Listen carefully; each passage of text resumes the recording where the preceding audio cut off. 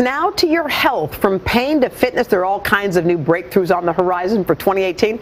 So why don't we turn to our NBC medical correspondent, Dr. John Torres, for more on that. Hello, Dr. Torres. How are you doing? 2018 is hopeful. There are a lot of changes that are ahead. And one of the big categories that's been capturing a lot of headlines, especially this year, is how people are managing their pain.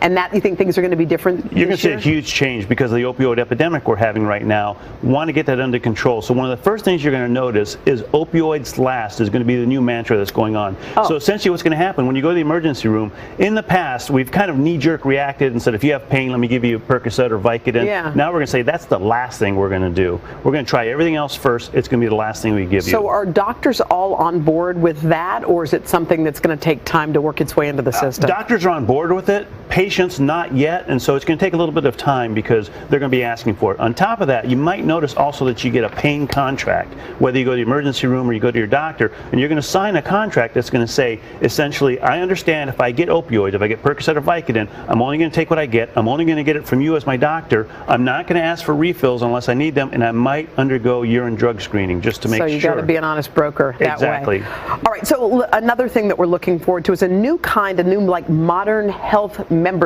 So you're not talking about just going to the gym. Exactly. No, you're not talking about that. So instead of going to a health clinic, you're going to be a health member. And this means that you're going to have something to do with your own health care itself. So these new offices, Ford is one of the big ones on the West Coast. Yeah. And what you do is when you go in there, there's a lot of technology that gives you all your results right there on the spot. Oh. And that way the doctor can look at it and they can plan with you what you're going to do going forward. Plus, you can take wearables home. It's going to detect your blood pressure, detect your glucose levels, get that information back to the doctor real time, and they can go ahead and adjust what they need to at that point. Well, you think it's about time for that, because often one doctor doesn't know what the other is doing, and you don't know what all your numbers are. Or it takes 2 weeks to get your lab tests back, all these different things. Give us a couple of really exciting cutting-edge things that we're going to see in 2018. So cryotherapy is going to be a big one. It's basically a nitrogen mist. You go in, sub-zero temperatures. It brings your body temperature down a little bit. It helps with your blood flow. I get that look a lot. It does? It helps with your blood flow. It helps regenerate your muscles after you exercise. Inflammation, joint pain, it helps with all those. For the flu?